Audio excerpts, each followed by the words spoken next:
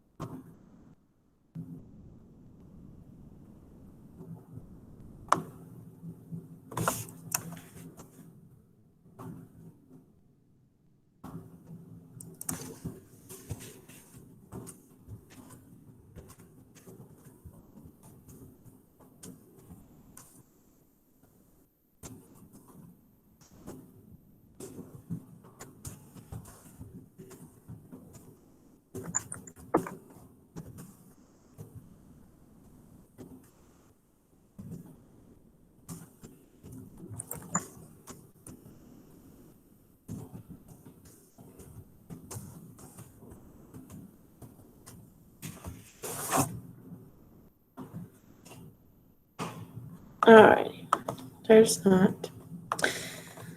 So guys, here we go. Let's go over bell work. So we've got A, B, C, D, and E. So where we're talking about secrets. Woo! And hearing your secret from 2 different sources. It is like walking into a stone wall because the shock is almost too much to bear.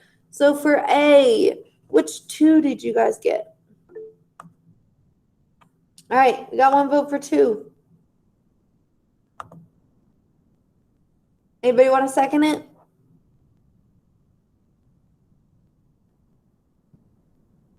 All right, we got a second. Let's move on to B. The 2 lessons. What you got for this one? Okay, we got a vote for the number 2. Anybody want to second that one?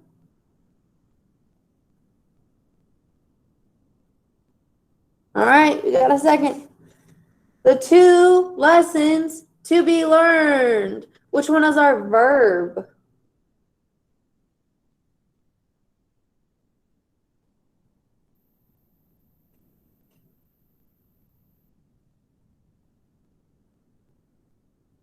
See?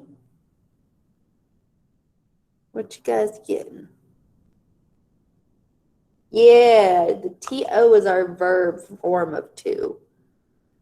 So lessons to be learned are that more than 2 people can't keep a secret. We got first, anybody want to second it?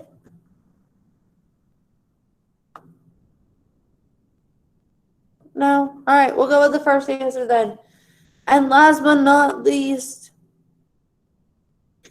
so tell it only to the person you trust the most. What you guys get for this one? 2 TO again. We got a second on that one, so let's go ahead and let's submit. And let's see what our answers did. 25 out of 25, which means we got 100 on this one. Good job, guys. You rocked it. Man, I am just sleepy today. All right. That being said, we are going to go ahead. We are going to break down our workbook lesson 8 assignment. So first things first, I want to go back over the stuff that we did yesterday that you're supposed to finish notes on. So the main thing to ethos, I just cannot wake up today. Pathos and logos. So ethos is the speaker's credibility. It's when they're trying to get you to trust them. So they're going to include themselves. I, they're going to say we, they're going to say us, they're going to say my, things like that. Then they're going to directly address others. You should trust me because of this, or you should do this because of this. And they're also going to kind of compliment, like, just like I do this, you do this too. You know this too. All right. Then our next part of rhetoric was pathos, or feelings. So that's when, again, they're trying to get somebody to feel some type of way. So they're going to compliment others. They're going to be using shortened sentence lengths. Freedom is the best. Rhetorical questions. Are you really free? Emphatic punctuation, which normally means exclamation points. And transition words that shift the tone, words that show the author's changing emotion. So that is our pathos. Those are things we look for when we're looking for pathos. Then logos, that's logic and appeals to the logical side. So that's going to be facts, figures, statistics, and examples. But I also want us to look a little bit for figurative language. So that's allusion, reference to something important. Anaphora, the repetition of the beginning of a sentence or phrase. Repetition in general, repeating a word. And personification, giving human qualities to inanimate objects, among others. There's a whole bunch of figurative language. And then there's 4 questions we're going to answer together. All right, that being said, here's what we're going to do today. You will need to be able to use Kami. So if you cannot use Kami, you're going to have to figure it out. I have directions on Kami on down here. You go to classwork and scroll down on the side till you see all year English resources. There is all kinds of stuff about Kami. So you need to make sure you have Kami and can use Kami. All right. That being said, we're going to skip this stuff. We don't need it. So I'm just going to put a big old box. Actually, we could align. We're not using this stuff today. Not using that stuff. We are going to go down to from address. to students at Moscow State University by Ronald Reagan. But progress is not foreordained. The key is freedom. Freedom of thought, freedom of information, freedom of communication. The renowned scientist, scholar, and founding father of this university, Mikhail Lomonosov, knew that. It is common knowledge, he said, that the achievements of science are considerable and rapid, particularly once the yoke of slavery is cast off and replaced by the freedom of philosophy. The explorers of the modern era are the entrepreneurs, men with vision, with the courage to take risks and faith enough to brave the unknown. These entrepreneurs and their small enterprises are responsible for almost all the economic growth in the United States.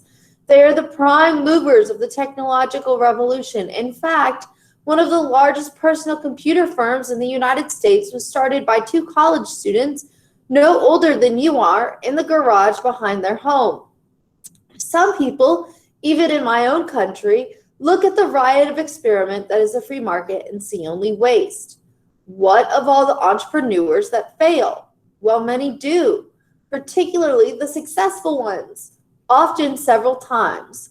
And if you ask them the secret of their success, they'll tell you it's all that they learned in their struggles along the way. Yes, it's what they learned from failing. Like an athlete in competition or a scholar in pursuit of the truth, experience is the greatest teacher. We Americans make no secret of our belief in freedom. In fact, it's something of a national pastime. Every 4 years, the American people choose a new president, and 1988 is one of those years. At one point, there were 13 major candidates running in the two major parties, not to mention all the others, including the socialist and libertarian candidates, all trying to get my job. About 1,000 local television stations, 8,500 radio stations, and 1,700 daily newspapers, each one on independent private enterprise, fiercely independent of the government, report on the candidates, grill them in interviews, and bring them together for debates. In the end, the people will vote, and they will decide who will be the next president. But freedom doesn't begin or end with elections. Go to any American town, to just take an example, and you'll see dozens of churches representing many different beliefs in many places, synagogues and mosques, and you'll see the families of every conceivable nationality worshiping together. Go into any schoolroom, and there you will see children being taught the Declaration of Independence, that they are endowed by their Creator with certain unalienable rights, among them life, liberty, and the pursuit of happiness that no government can justly deny. The guarantees in their Constitution for freedom of speech, freedom of assembly, and freedom of religion. Go into any courtroom, and there will preside an independent judge, beholden to no government power. There, every defendant has a right to a trial by a jury of his peers, usually 12 men and women, commonly citizens. They are the ones, or common citizens. They are the only ones who weigh the evidence and decide on guilt or innocence. In that court, the accused is innocent until proven guilty, and the word of a policeman or any official has no greater legal standing than the word of the accused. Go to any university campus, and there you'll find an open, sometimes heated, discussion of the problems in American society and what can be done to correct them. Turn on the television, and you'll see this legislature conducting the business of the government, right there before the camera, debating and voting on the legislation that will become the law of the land. March in any demonstration, and there are many of them. The people's right of assembly is guaranteed in the Constitution and protected by the police. Go into any union hall, where the members know their right to strike is protected by law. But freedom is more than this. Freedom is the right to question the change the established way of doing things. It is the continuing revolution of the marketplace. It is the understanding that allows us to recognize shortcomings and seek solutions. It is the right to put forth an idea scoffed at by experts and watch it catch fire among the people. It is the right to dream, to follow your dream, or to stick to your conscience, even if you're the only one in a sea of doubters. Freedom is the recognition that no single person No single authority or government has a monopoly on the truth, but that every individual life is infinitely precious, that every one of us is put on this world that has been put here for a reason and has something to offer. So now we are going to do the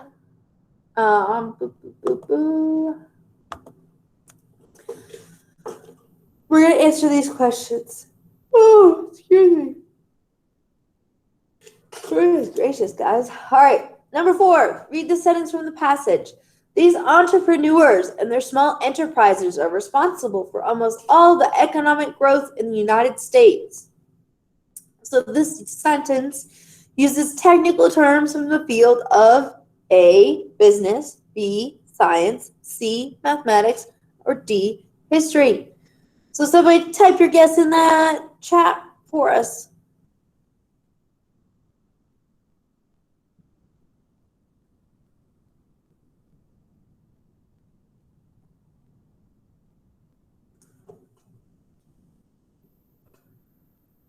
A, yes, business. All right, so our first answer is A. All right, number 5. Which word from the passage is used to communicate a feeling of strong intensity?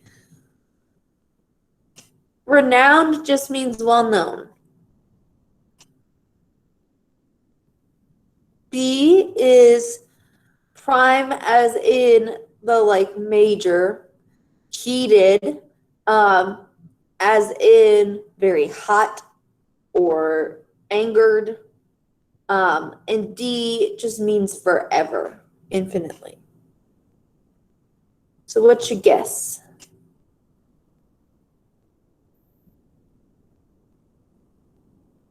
So forever is a strong intensity? It kind of could be. But yeah, we're looking for heated. So, because it's supposed to be hot, like a heated argument. All right. Then we've got 6. Which word from the passage is a technical term used in law? A, B, C, or D? Candidate, defendant, monopoly, or marketplace? Yes, B. All righty. Give me just a second, guys. I got it.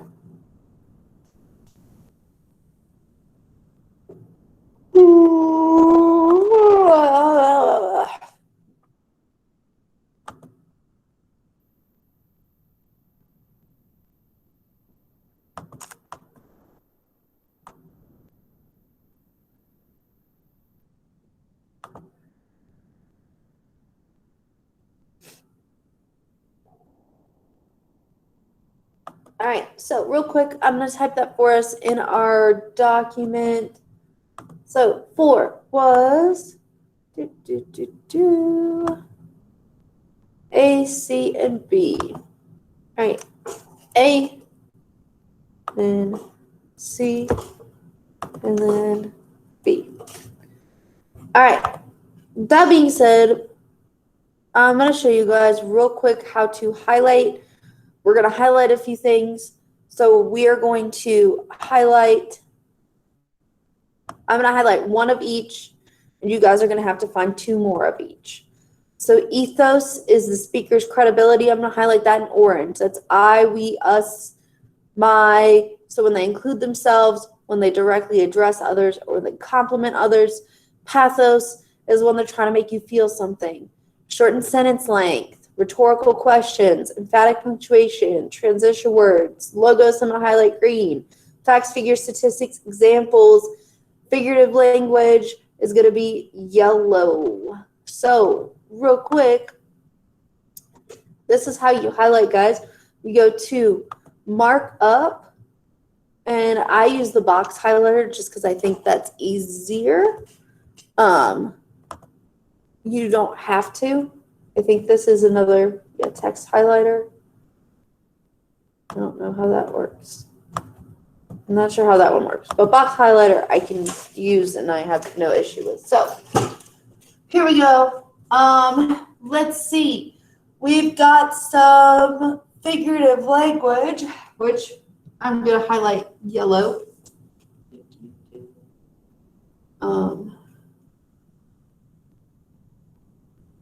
Highlight yellow. Because we have anaphora, which is the repetition of the beginning of phrases or sentences. Freedom of, freedom of, freedom of, freedom of. So there we go, an example for figurative language. Then we have, let's see, ethos, when he includes himself. That one's going to be orange. So, do we have an orange? We do have an orange. All right. So, let's see. So that could also be a direct address.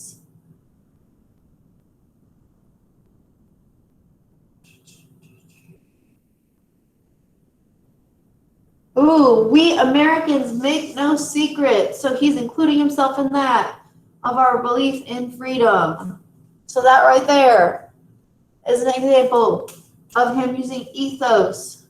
He's including himself as Americans and saying he knows about freedom. All right, so we've got pathos and logos left. So we're looking for shortened sentence length, rhetorical questions, emphatic punctuation. So we're going to do that one blue. Markup, box, blue. Okay.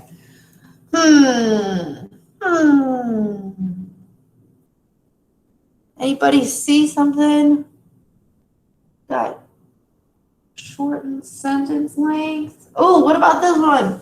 But freedom is even more than this. That's short compared to all those other sentences. Boom. So we've got another one there. And the last one is logos, which is going to be green. Oh, wait, let's see if we have green. We have green already. All right. So that is when we're going to look for examples, statistics.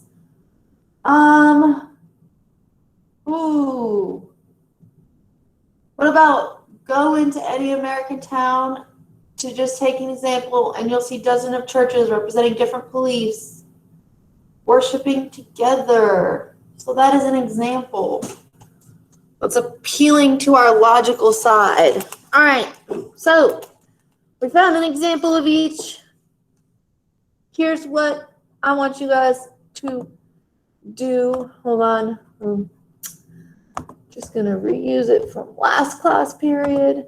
So what I want you to do, we've got about a little bit less than 20 minutes left. I want you to highlight 2 more examples from each category in the Reagan speech doc on the workbook PDF. So highlight 2 more for each of those colors. Answer number 7, and it's homework if you don't complete it. So what I'm also going to do is put that in the instructions of the assignment. So if you guys need to log out so that your computer doesn't crash while you're trying to do all this, you can. If you want to stay on here, if you have any questions, you can. But that is what you are doing. You're going to highlight 2 more examples, and it's homework if you don't complete it.